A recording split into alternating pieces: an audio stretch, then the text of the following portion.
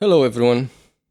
Lately I've noticed an ever increasing avalanche of videos on YouTube and social media platforms as well regarding the subject of money. There are all sorts of multimillionaires and billionaires in dollars or euros that want at all cost to aggressively explain us how to stop being poor, how to better understand the spirit of money, how to heal our so-called money-related trauma, how to change our wrong mentalities about money, and all sorts of other crazy ideas that would be supposedly meant to bring us this extremely poorly understood but way too often used concept called abundance. Now, sure, partly they may be right with a few small things. There are indeed a few misconceptions about money that some people have, such as that money are the eyes of the devil. But no, these mentalities are nowhere near that toxic, so as to be the main reason for which these persons could not find wealth. Actually, like in many cases, exactly here lies the perversity of these commercials. They take a small bit of truth, remove it from its context, add many other informations that are at least questionable if not downright false, but useful to their purpose, and voila, perfect recipe for manipulating the average person. Because of those few right ideas, people are far more willing to evaluate the whole message as being true, when in fact it isn't. We can also think that for them, these videos may be a significant source of money. After all, who doesn't want money? Pretty much everyone wants, especially those who don't have much. They too want to be rich, but they don't know how to do it and what to do. So, if someone could create a course for them about what needs to be done to attract abundance, and that course sells for a modest price, which more often than not is not, then it becomes attractive enough. Anyone can think that making a small investment, even if it adds up to a few hundreds or thousands of dollars or euros, they could win tens of thousands, hundreds of thousands, or even more in the future. And this suddenly becomes very profitable for the author of that course. Such a teacher, mentor, or coach, however you want to call it, if he would sell his course for only 10 euros, with only 5,000 clients, he could buy himself a small apartment. At least here in Romania, where I live. And if his lovely course reaches 100,000 people, suddenly he has become richer by 1 million euros. Not bad, eh? And no, most of the times their courses do not sell for only 10 euros or dollars. On the contrary, hundreds or even thousands. If you manage to convince people to pay the incredible amount of $1,000 for your course, you will be millionaire from only the first 1,000 clients. And honestly, you could even give your course for free. You would still be able to make money from advertisements on your website or YouTube channel and other such sources. But no, this video is not what I want to talk about. Actually, I don't even care about the fact that some people sell such courses and some others, not too smart, are actually buying them. It's a problem. Also, I'm not saying that all of these methods are doomed to fail, that none of them work and that nobody never could make any money.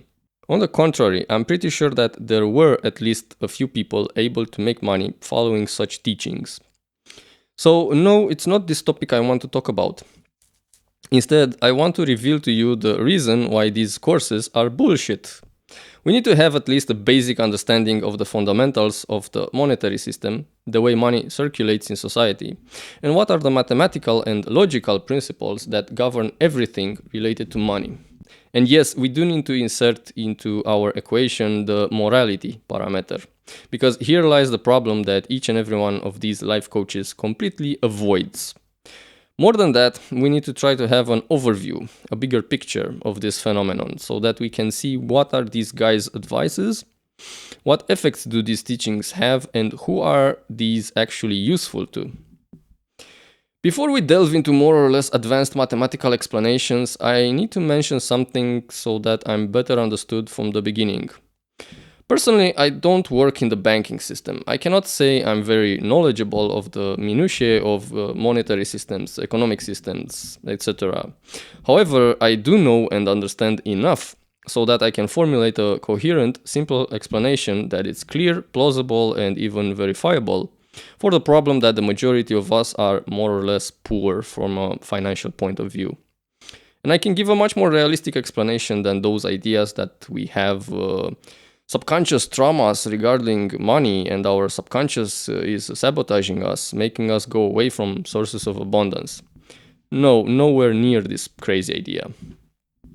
I have to admit, this principle I'm about to present to you is not a trivial one.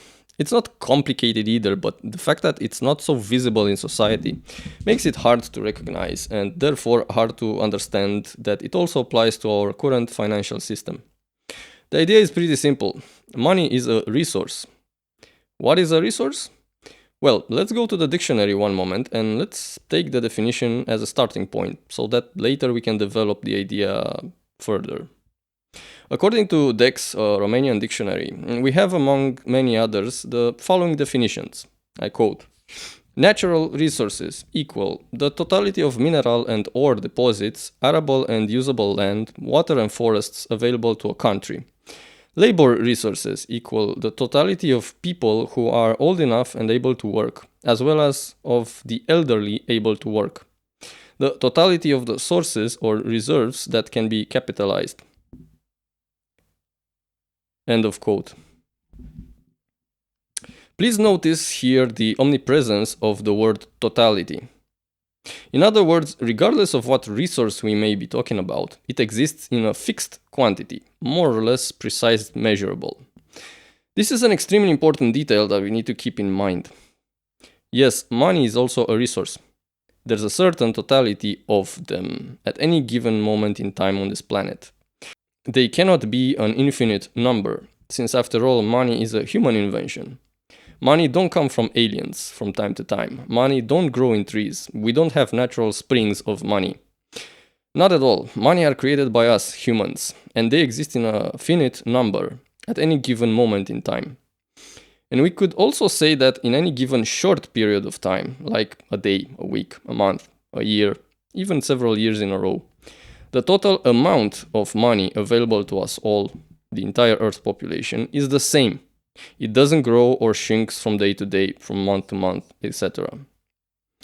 Also, even though money circulate, in general, we could say that there is a certain amount of money available for a certain geographic area of the globe. For example, the money available to us in our country is pretty much the same each and every day. Even though we sometimes buy products from outside of our country and money in this case leaves the country, even though some other times due to various reasons we receive some money from other countries.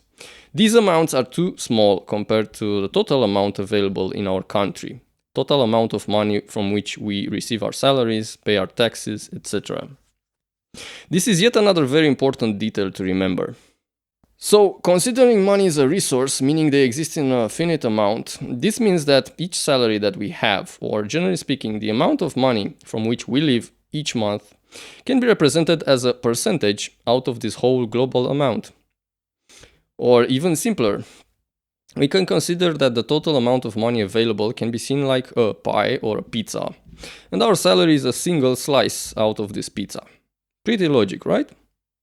Now, we need to oversimplify things a little so we can have a better chance at understanding the phenomenon. Let's imagine the following situation. Let's say that there are only 4 persons on the entire planet, us and 3 others. Let's say that the total amount of money on the planet is 1,000. It doesn't matter that much what currency. Let's say dollars for simplicity. Now let's say that each person has an equal income each month.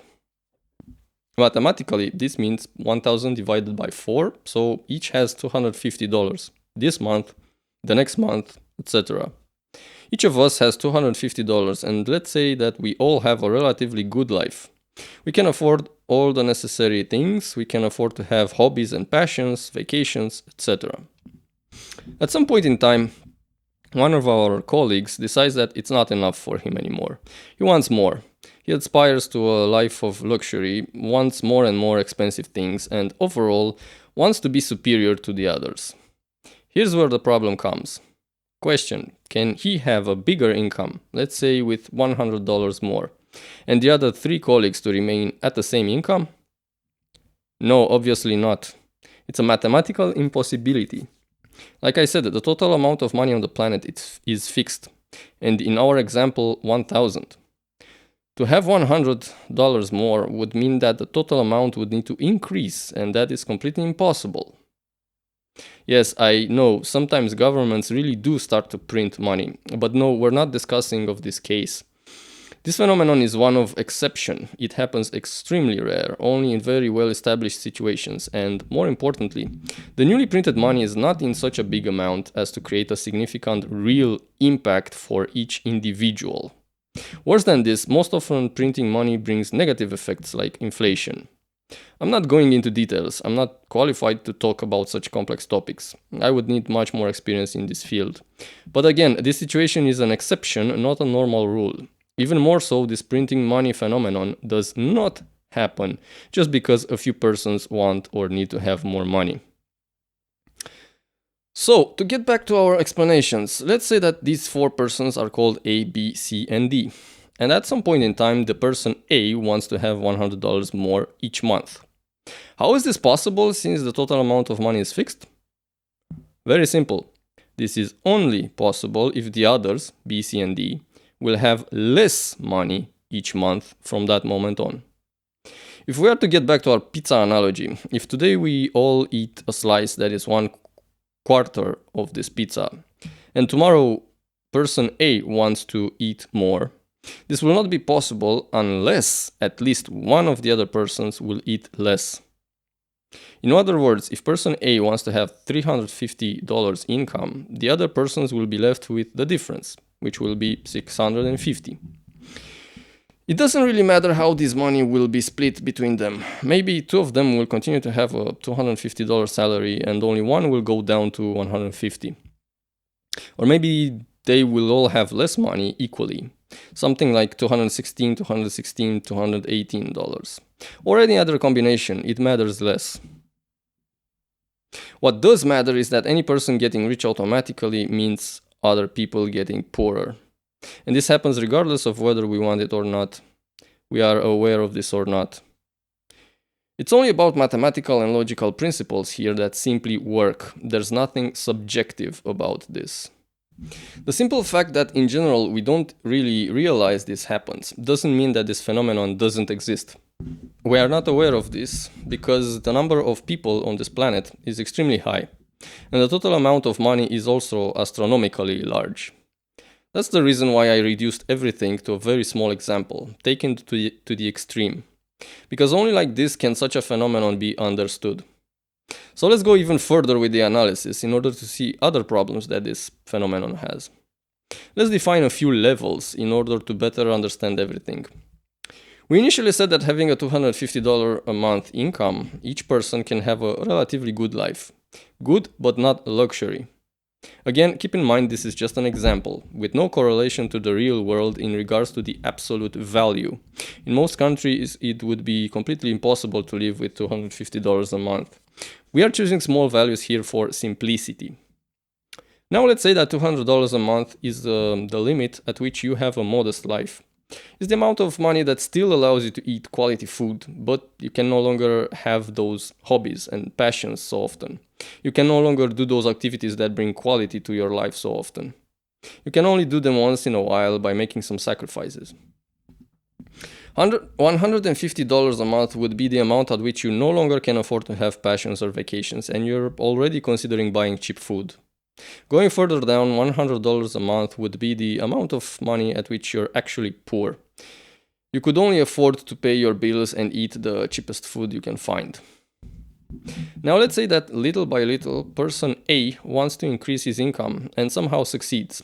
And to keep things simple, let's say that the others will have an equal income. These guys start to have $400, which means the others are left with $200 each. Then this guy goes up to $600 a month, the others receiving only approximately $133. And in the end he reaches a peak of $700 a month, at which point the others have only $100 each. Basically, each time when person A has become richer, the other 3 have stepped into a lower level, their life degrading little by little. So here's where an even bigger threat appears. Even if this person starts to spend more money, he will surely not be spending it all, because that would mean that somehow this amount of money would return to the other three, and therefore their income will increase again. But no, person A, even though she will spend more than the initial $250, will still have a considerable amount of money just stored somewhere. Those will probably be money placed in a bank account, maybe some cash stored in a safe box, etc., etc. Let's say that only $300 a month will be spent by this person, essentially spending the same amount of money that the other three will spend collectively only to be able to survive. In other words, only these $600 will be in circulation, the $300 from person A towards the others, and the 3 times $100 from B, C, and D towards person A. The $400 difference are the money that just sit somewhere, do not circulate. Considering that money is essentially power to buy things, the simple fact that person A will refuse to spend or otherwise told to place into circulation one way or another those $400, it means that she will contribute directly to other people's poverty. More than that, the only method by which the other people will be able to improve their lives from a financial standpoint will be if they somehow manage to convince person A to start giving them this money that she keeps blocked. And no, don't get me wrong, I'm not talking about acts of charity. It's not what this is all about. The problem is that it doesn't matter that the other three persons are offering services and maybe even products of better quality, sometimes maybe in larger quantities. As long as person A, who might buy them, simply refuses to pay more, they will still not have more money. Simply because there is nowhere that more money could come from. This is the problem that many people simply do not understand. Any idea of getting richer is simply a matter of convincing the people who really have money to somehow give you a bit of their wealth. You will try in vain to prove that your services are objectively worth $150, let's say. If they only want to pay you $100, you will not get more. And you also risk entering a vicious circle because since you need this money in order to live, you will accept it, even if it's unfair. So the problem in the end is that exactly those people who are already poor will get even poorer when somebody new starts to get rich. I don't know exactly who used this following expression, but it's 100% true. Mankind works on the principle one man to the detriment of another. End of quote. And quite frankly, it cannot be any other way, given the current monetary system. Basically, this is also the moral issue that most people simply do not see. It's the question that nobody asks. So when we come across any kind of course or technique that wants to teach us how to get rich, we have to ask ourselves this simple question. Abstractly speaking, assuming by absurdity, if absolutely everyone on the planet would apply this method, could we all reach financial abundance and get rich? At least theoretically speaking. And of course, the answer cannot be yes. Due to these precise mechanical, mathematical aspects of the way money exists, circulate, and give us power to buy things. Yes, what I'm saying here is that it's wrong and immoral to want to be rich financially. Your financial wealth means automatically someone else's poverty, or at least a degradation of their lives due to a lower income. Of course, maybe this does not happen instantly. Maybe your wealth comes from a company, but surely if that company experiences a drop of income at some point in time, she will need to operate salary cuts or even fire employees. Okay, I consider we have talked enough and explained all of these things well enough so that you can understand the basic idea. Now let's give a few concrete examples to see just how big the problem is and then come with some solutions. Because this is how it's nice and useful, not just to reveal a problem, but also come up with some solutions. Google made in 2019 almost $161 billion. Also in this year, they reported surpassing 114,000 employees. Let's take 120,000 as a reference. If we make a simple division, we get that this company has produced about $1.34 million per employee. And going forward with calculations, about $112,000 per employee per month. If we are to search for official information regarding salaries offered, we find a range of values between $2,600 and $13,800 a month. If we are to make an average of these values, and yeah, surely it would be a forced average because we don't know exactly how many people get the minimum salary and how many get the maximum one. But just as an idea, we would obtain $8,200 a month average salary. So the company is producing almost 14 times more money for each employee than their actual salary. Yes, of course, the salaries are not the only expenses, and surely such a huge company has many large expenses. But still, to receive 14 times less money than what you actually worked and produced, it surely cannot be fair. Not to mention that the two founders of this company are in the top richest persons in the world. And since we're talking about top richest persons, amongst them is also Jeff Bezos, founder of Amazon company, which currently has $114 billion, followed by Bill Gates with $106 billion. Then the next 10 richest people all have more than $50 billion each.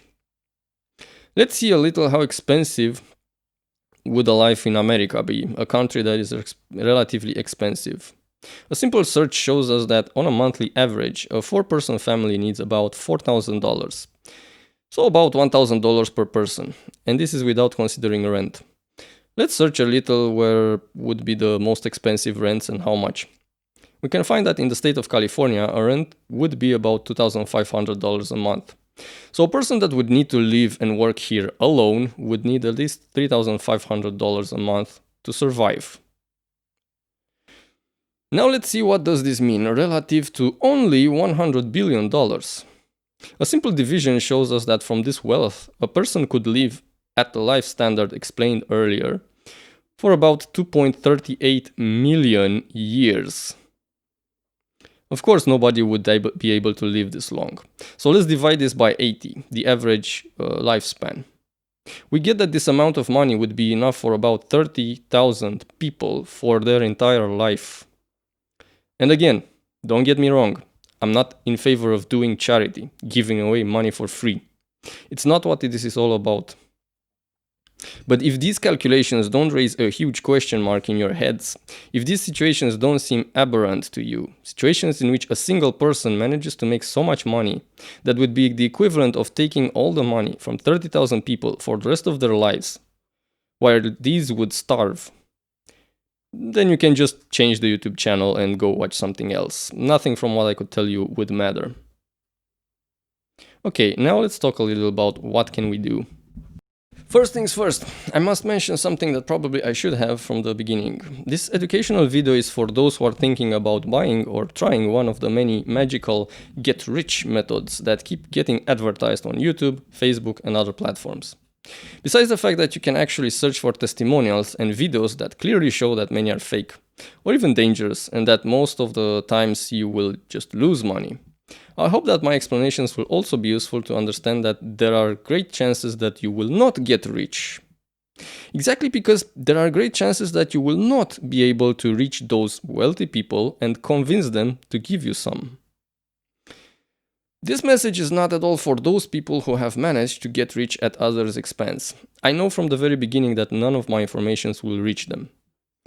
After all, they are the beneficiaries of this mechanism. They managed to have serious money exactly because they could take it from others. Like I said, this video is meant to be used for those who still believe there is a secret for being rich. No, there is no secret whatsoever. The only secret is that other people manage to get rich on your account. And this is also where your power is. The only thing that you can do is to stop accepting to receive less than what you deserve for what you give. Stop working for companies and employers that have tens or hundreds of times more than you, because it's clear that they managed to reach this level thanks to your work. And also, you need to stop believing in these fake courses and methods.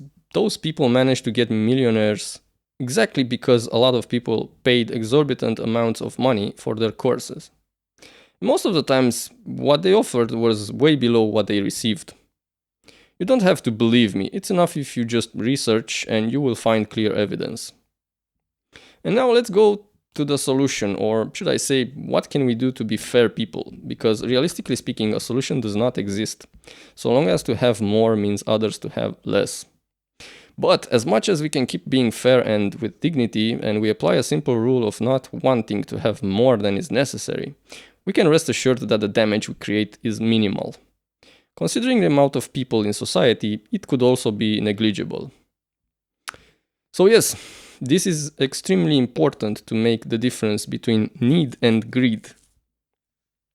It's not okay to simply want to have more money, just like that, for the sake of having more money. Money is a tool with which we can do things and have things. Our focus has to go towards those things, not the money.